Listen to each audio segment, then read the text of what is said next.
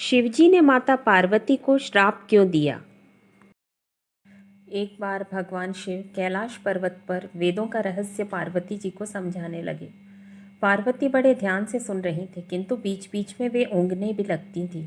जब बहुत प्रयत्न करने पर भी पार्वती अपने मन को एकाग्र न रख सकी तो शिव क्रोध में आकर बोले, पार्वती, यह क्या हो रहा है? मैं तुम्हें इतना गूढ़ रहस्य समझा रहा हूँ और तुम हो कि झपकियाँ ले रही हो। तुम में तो इतनी ही बुद्धि है जितनी किसी मछुए की स्त्री में।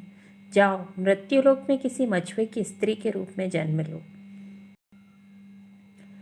शिव के श्राप से पार्वती उसी क्षण वहां से गायब हो गई। बाद में शिव को बहुत पछतावा हुआ कि यह मैंने क्या किया। जिसका स्नेह मेरे लिए अगाध था, उसी को मैंने आवेश में आकर त्याग कर दिया। शिव की मनोदशा उनके परम सेवक नंदी से छिपी न रह सकी। वह सोचने लगा, स्वामी बहुत बेचैन हैं माता पार्वती के बिना। जब तक माता लौटेंगी नहीं, स्वामी को चैन नहीं पड़ेगा। उधर पार्वती मृत्युलोक में पहुंची और एक शिशु बालिका के रूप में पुन्नई वृक्ष के नीचे लेट गईं। थोड़ी ही देर में पुरवर कबीले के कुछ मछुए अपने सरदार के साथ वहां से गुजरे तो उनकी नज़र उस शिशु बालिका पर पड़ी। सरदार ने बालिका को उठाया और उसे भगवान का भेजा प्रसाद समझकर अपने घर ले आया। उसने बालिका का नाम रखा पार्वती। जब वह कुछ बड़ी हुई तो अपने पिता के साथ मछली पकड़ने जाने लगी। बड़ी होकर उसने नाव चलाना भी सीख लिया। पार्वती अपूर्व सुंदरी थी। कबीले के कितने ही युवक उसके रूप की प्रशंसा करते नहीं अघाते थे। उनमें से कोई तो पार्वती के साथ विवाह के इच्छुक रहते थे, लेकिन पार्वती उनमें से किसी के साथ भी विवाह के लिए इच्छुक नहीं थी। उधर कैलाश पर्वत पर शिव को पार्वती का वियोग असहनीय हो रहा था। एक दिन उन्होंने अपने मन की व्यथा नंदी से कह डाली। बोले, नंदी, मैं दिन रात पार्वती के बिना बहुत बेचैन रहता हूँ और उस घड़ी को कोसता रहता हूँ जब मैंने गुस्से में आकर पार्वती को श्राप दे दिया था। काश उस समय मैंने धैर्य से काम लिया होता। नंदी ने हाथ जोड़कर कहा, स्वामी, तब आप पृथ्वी पर जाकर उन्हें ले क्यों नहीं आते? कैसे लाऊं नंदी, उसका विवाह तो किसी मछुए से होगा। शिव के मुंह से कराह सी निकली।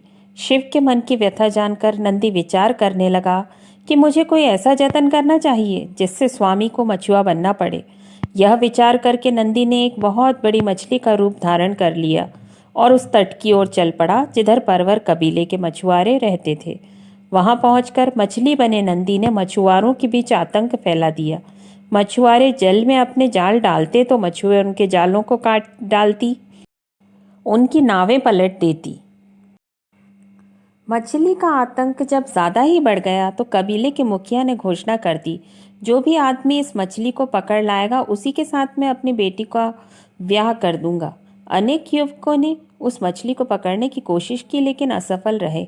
असहाय होकर मछुआरे सरदार ने शिव की शरण ली। हे दया के सागर, हे कैलाशपति, हमें इस मछली से छुटकारा दिलाओ।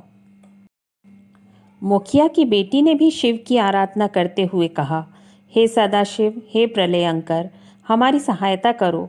अब तो हमें तुम्हारा ही आसरा है प्रभु। शिव ने उनकी पुकार सुनी और एक मछुए का वेश बनाकर वे मुखिया के पास पहुंचे। उन्होंने मुखिया से कहा, मैं उस मछली को पकड़ने के लिए यहाँ आया हूँ। मुखिया ने कहा, नौजवान, अगर तुमने उसे पकड़ लिया तो हमारी जाति सदैव तुम्हारे गुण गाएगी। अगले दिन शिव एक बहुत बड़ा जाल लेकर सागर के जल में उतर पड़े। उन्होंने जाल फेंका तो मछली आकर उसमें फंस गई, जो वास्तव में नंदी था।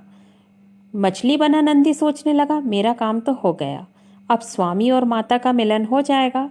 शिव मछली को किनारे लाए। मछुआरे उनकी जय जयकार करने लगे। सरदार बोला, तुमने हमें उबार लिया युवक, हम किस तरह तुम्हारा आभार व्यक्त करें। फिर वचन के अनुसार मछुआरे सरदार ने बड़ी धूमधाम से अपनी पुत्री का विवाह उस युवक के साथ कर दिया। मछुआरे शिव और मछुआरिन पार्वती के विवाहोपरांत नंदी अपने असली रूप में प्रकट हो गया और उन्हें अपनी पीठ पर बैठाकर कैलाश पर्वत ले आया। शिव की अंतर्वेदना दूर हो गई और पार्वती श्राप से मुक्त हो गई। जीवन चक्र पहले की ही तरह चलने लगा। हर हर महादेव।